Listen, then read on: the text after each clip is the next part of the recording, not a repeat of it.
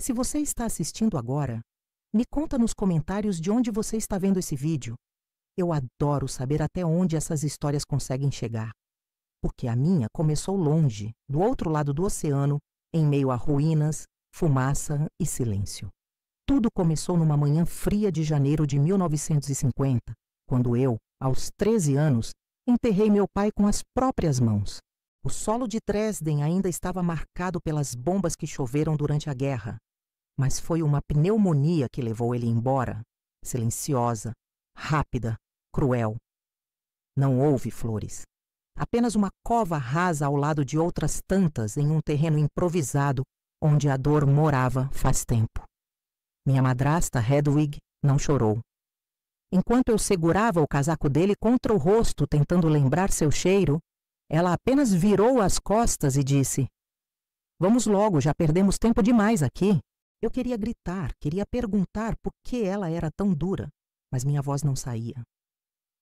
Depois daquele dia, ela parou de me chamar de Greta. Me chamava de a menina, como se eu tivesse deixado de ser gente. Nos dias seguintes, minha vida virou um amontoado de tarefas e silêncios. Hedwig passou a sair com frequência, voltava com envelopes e papéis em mãos que guardava trancados numa gaveta. Eu ouvia sussurros à noite, nomes de cidades, moedas e sempre a palavra passagem. Não entendia direito, mas algo estava errado. Quando tentei abrir a tal gaveta, ela me bateu pela primeira vez. Disse que eu era ingrata e que deveria agradecer por ainda ter um teto. Depois daquele dia, comecei a dormir de olhos abertos. 2 semanas depois, ela me chamou para arrumar uma pequena mala. Disse que eu ia estudar em um colégio em outro país, onde teria comida e cama quente. Aquilo me pareceu tão bom, mas também tão estranho. Ninguém me mandaria para uma escola com só uma muda de roupa e sem livros. No fundo, algo gritava dentro de mim, mas a esperança era mais alta. Eu queria acreditar, precisava. O trem partiu de Dresden sob um céu branco e calado. Hedwig me deixou na estação de Leipzig com um homem que eu nunca tinha visto, um sujeito de terno puído e sotaque italiano. Disse que cuidaria de mim até o navio. No caminho percebi que outras meninas estavam sendo levadas também, nenhuma com seus pais, nenhuma com documentos, apenas nomes escritos à mão num papel amassado. Chegamos ao porto de Gênova após 4 dias em trens apertados, galpões úmidos e refeições frias. Fomos acomodadas num navio chamado Santarém, com destino ao Brasil, um país que eu mal sabia apontar no mapa, mas que, segundo o homem, era cheio de oportunidades para garotas obedientes e limpas como nós. Eu não sabia o que isso queria dizer. Hoje sei.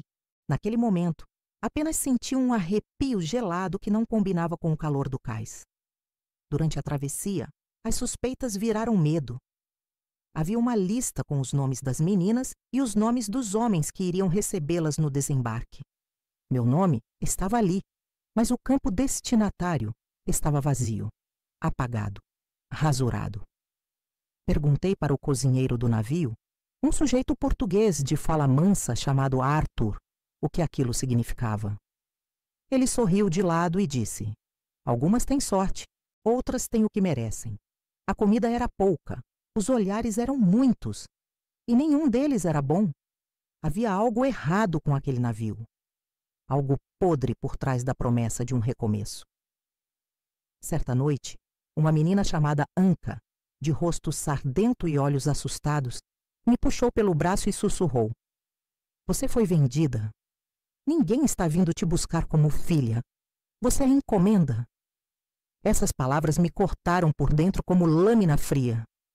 O chão pareceu se afastar sob meus pés. Na manhã seguinte, me recusei a comer.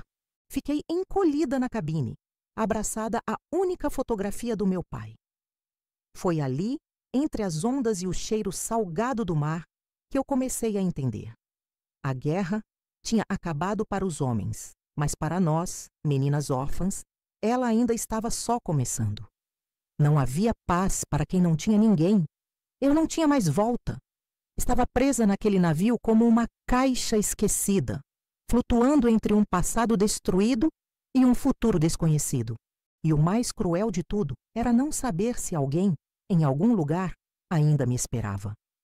O navio atracou em Santos em meio a uma névoa espessa que parecia saída de um pesadelo. Havia gritos no porto, cheiro de peixe velho e um calor abafado que fazia minha roupa grudar na pele.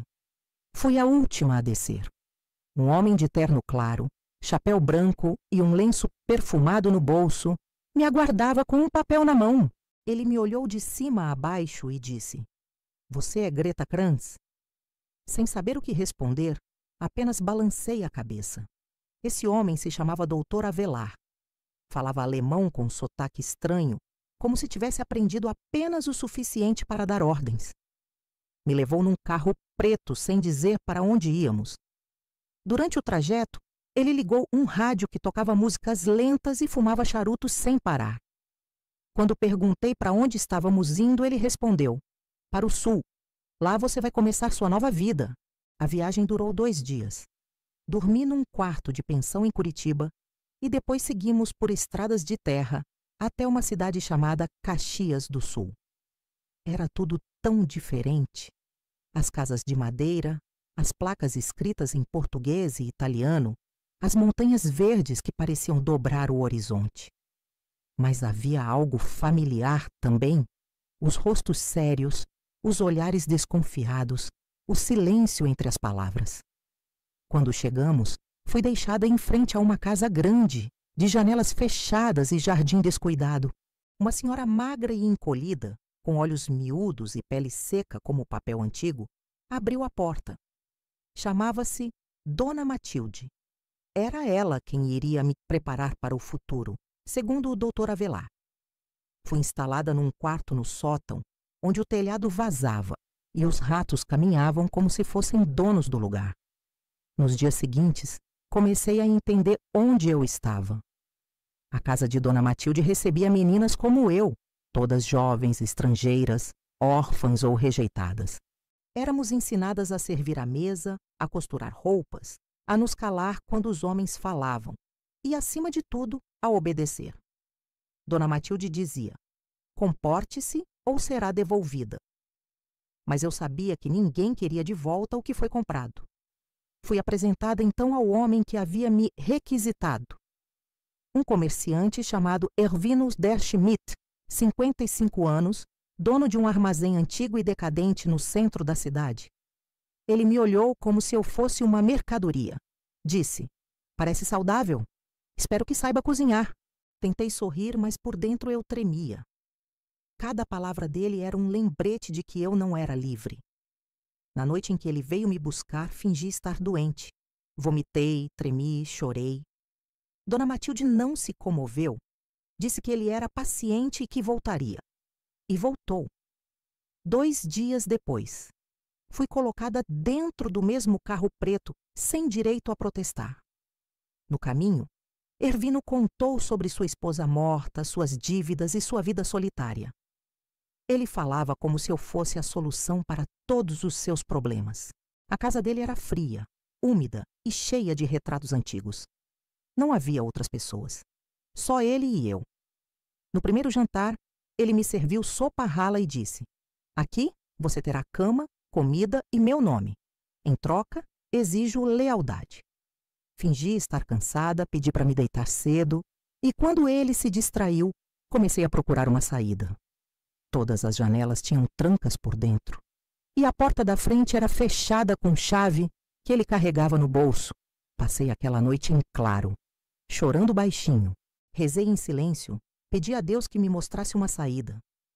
Ao amanhecer, ouvi passos no corredor. Peguei um canivete velho que encontrei no armário e me escondi atrás da porta. Quando a maçaneta girou, meu corpo inteiro congelou. Mas não era ele. Era Arthur, o cozinheiro do navio. Estava ali, na casa de Ervino. Sorriu e disse: "Vim garantir que você se acomode bem." Foi como levar um soco no estômago. Arthur, o único que havia sido gentil comigo no navio, agora estava do lado deles. Meu medo virou raiva. Perguntei o que ele fazia ali. Ele respondeu com calma: eu só entrego, não escolho os destinos. E saiu, com aquele sorriso pálido que eu jamais esqueceria. Naquela tarde tentei fugir. Pulei da janela dos fundos e corri pela mata sem olhar para trás. Fui arranhada por galhos, suja de barro, arrastando os pés descalços entre pedras. Não sabia onde estava, apenas corria. Mas fui pega horas depois por um capataz da fazenda vizinha que me devolveu como quem entrega um animal perdido. Levei uma surra de cinto e, pela primeira vez, desejei morrer. Na semana seguinte, fui mantida trancada no quarto, com comida racionada e ordens para não falar com ninguém. Mas algo em mim mudou. Eu deixei de ter medo e passei a ter ódio. E é com isso que eu segurei minha sanidade. Porque mesmo que ninguém viesse me buscar, eu sabia que ainda havia algo dentro de mim que eles não podiam comprar. Se você chegou até aqui, quero te pedir uma coisa. Continue assistindo até o final porque você precisa saber o que aconteceu depois. Porque o que vem a seguir muda tudo.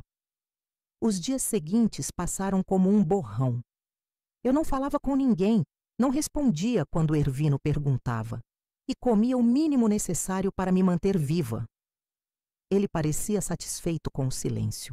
Dizia que uma mulher quieta era uma bênção. Às vezes passava horas me observando pela fresta da porta entreaberta, como se esperasse que eu quebrasse. Mas eu já estava quebrada por dentro. Só não deixava transparecer. Na terceira noite após minha tentativa de fuga, ele entrou no quarto carregando um pacote de roupas novas. Disse que no sábado seguinte teríamos visitas importantes e que eu deveria parecer apresentável. Quando não reagi, ele se aproximou e sussurrou: ou você coopera, ou eu coloco você num trem para o sertão, onde meninas como você desaparecem. Não era apenas uma ameaça, era uma certeza. Eu já tinha visto demais para duvidar. No sábado, homens engravatados chegaram em caminhonetes com placas de outra cidade. Entre eles estava novamente o doutor Avelar. Eles beberam, fumaram e riram alto.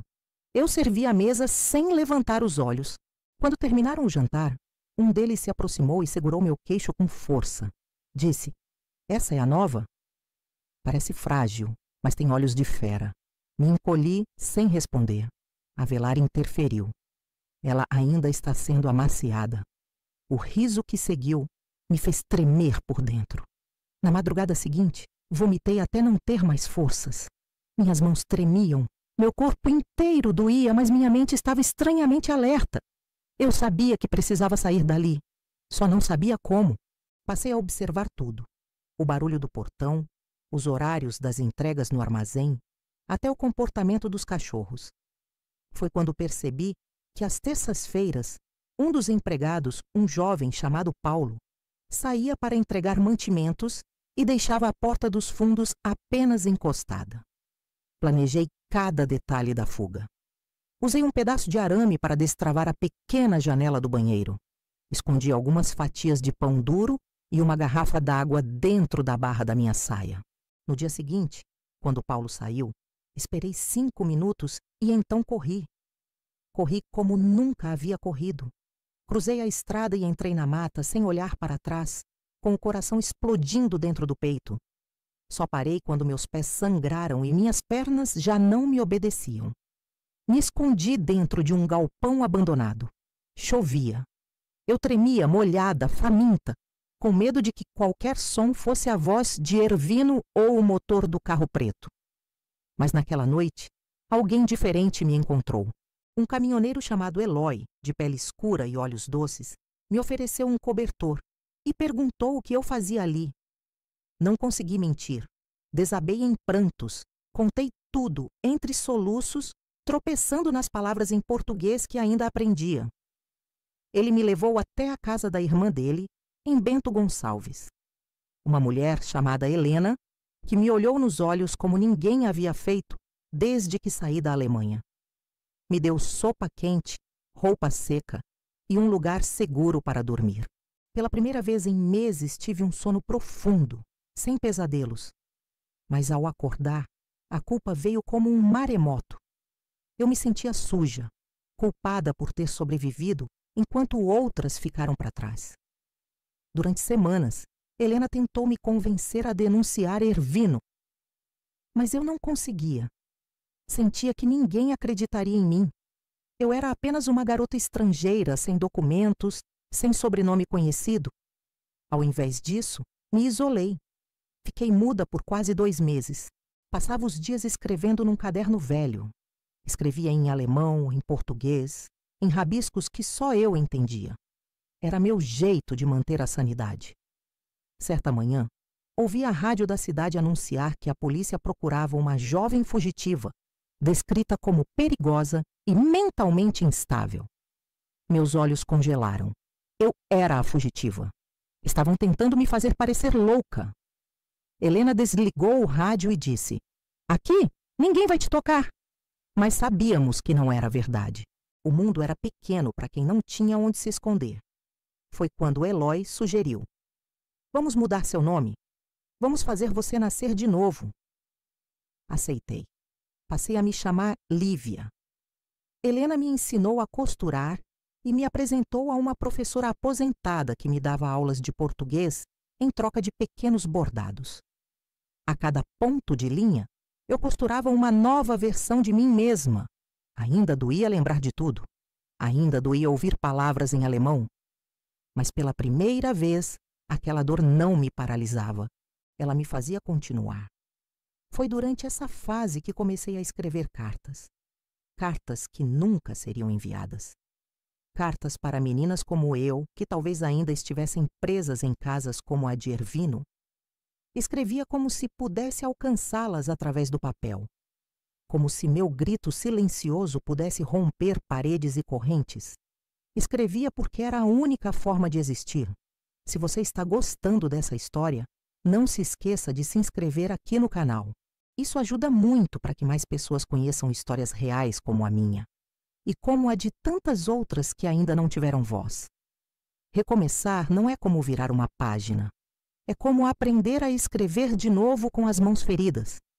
No início, minha nova vida como Lívia era feita de pequenos silêncios, de gestos cuidadosos e olhares de gratidão contida. Eu ainda tremia ao ouvir passos atrás de mim, ainda me encolhia com vozes mais altas, mas, dia após dia, fui me fortalecendo nas rotinas simples que Helena me oferecia. Costurávamos juntas no pequeno cômodo dos fundos, entre panos velhos, linhas coloridas e cheiro de sabão em barra.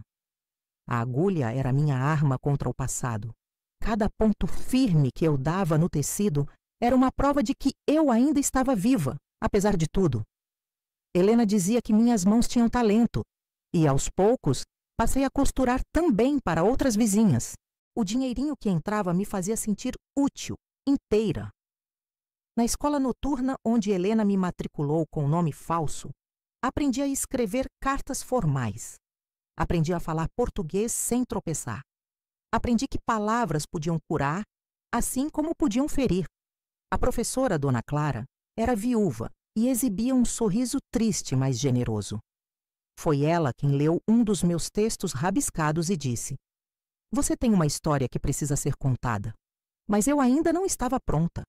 1 ano depois, já com 16, abri minha própria banca de costura improvisada na varanda da casa. As mulheres da vila vinham até mim com vestidos antigos, roupas de batizado, mantos de noiva manchados pelo tempo.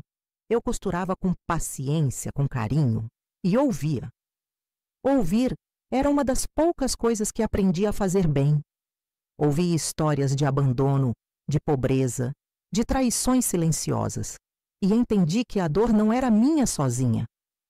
Foi num desses dias, entre linhas e agulhas, que conheci Sofia, uma menina de olhos fundos, filha de um agricultor doente, que nunca tinha ido à escola. Ela me olhava como se eu fosse uma coisa de outro mundo. Quando perguntei por que me encarava tanto, ela respondeu: "Porque você tem cara de alguém que fugiu do escuro." Aquilo me cortou e me curou um pouco também. Eu decidi ensinar Sofia a ler. Aos poucos, outras meninas se juntaram.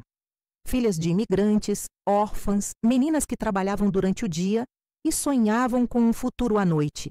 Com a ajuda de Dona Clara, transformamos o galpão dos fundos da igreja num espaço improvisado de alfabetização. Eu dava aula 3 vezes por semana, lia em voz alta, escrevia no quadro e, pela primeira vez, me vi no papel de alguém que oferecia luz. Comecei então a escrever novamente, mas agora eram histórias com começo, meio e fim. Histórias com personagens parecidas comigo, mas que tinham finais diferentes, às vezes trágicos, às vezes esperançosos, mas sempre verdadeiros. Helena leu algumas delas e sugeriu que eu levasse para a rádio local. Fiquei com medo. Disse que ninguém se interessaria. Ela insistiu.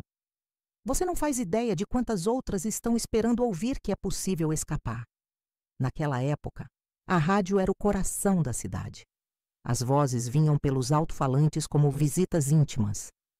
Quando finalmente tomei coragem, levei um envelope com 4 histórias e deixei na portaria com um bilhete assinado apenas como L. 2 semanas depois, ouvi minha voz pela primeira vez, dita por uma locutora. Esta é a história de uma menina que atravessou o oceano para fugir do inferno. Meu corpo inteiro se arrepiou. As histórias viraram um quadro fixo nas manhãs de sábado. Comecei a receber cartas. Mulheres mais velhas diziam que choravam ouvindo. Jovens diziam que se reconheciam. Uma delas me escreveu: sua história é a minha, mas eu ainda não consegui fugir. Isso me devastou e me impulsionou, porque agora eu sabia que contar era mais do que lembrar. Era resistir. Era abrir caminho para outras escaparem também. Helena então fez algo que eu nunca esperava. Com o dinheiro das costuras acumuladas e a ajuda de uma ONG de mulheres, ela alugou uma pequena casa no centro e disse: esse será o seu espaço. Aqui você vai costurar, ensinar e escrever. Eu chorei. Não porque ganhei um lugar, mas porque alguém acreditou que eu merecia um. Na porta, escrevemos juntas o nome: Casa da Liberdade. Era simples, com paredes descascadas e cheiro de tinta fresca. Mas para mim era o lugar mais bonito do mundo. Era onde eu finalmente deixaria de ser sombra e me tornaria raiz. Se essa história está te tocando, deixa seu like aqui no vídeo. Isso mostra que histórias como a minha merecem ser ouvidas e ajuda a espalhar esperança para quem ainda está tentando escapar do próprio passado. O tempo passou como passa para quem sobrevive, em silêncio, mas deixando marcas. Eu já tinha quase 24 anos quando recebi uma carta com selo da Áustria. Era um envelope simples, mas pesado como chumbo. O remetente era um advogado chamado Ernst Gruber. Dentro havia uma carta datilografada, alguns documentos e uma foto antiga que me fez sentir as pernas fraquejarem. A carta dizia que minha madrasta Hedwig havia falecido há 3 meses, deixando entre seus pertences uma caixa de madeira com papéis escondidos. E entre esses papéis estava uma declaração de confissão manuscrita, onde ela contava que nunca informou meu pai sobre meu destino real. Ela escrevera: ela me atrapalhava e eu não podia perder a chance de recomeçar minha vida sem o fardo da filha de outra mulher. Meu coração afundou. O advogado explicou que meu pai, Heinrich Kranz, havia sobrevivido à guerra. Fora dado como morto após ser capturado pelos soviéticos e enviado a um campo de prisioneiros na Sibéria. Passou quase 7 anos lá antes de ser libertado. E ao retornar a Dresden, descobriu que a casa havia sido demolida e que eu estava desaparecida. Ele me procurou em abrigos, hospitais e nas listas da Cruz Vermelha. Até sua morte, em 1960, acreditava que eu estivesse morta também. Sentei com aquela carta nas mãos por horas. Não chorei. Eu havia chorado tanto no passado que não restava mais água em mim. Mas senti algo quebrar e ao mesmo tempo curar. Meu pai não me abandonou. Ele tentou. Ele me procurou. E tudo aquilo que me moldou, o medo, a solidão, a raiva, se desfez, ainda que por um instante diante daquela verdade tardia. Durante dias fiquei em silêncio.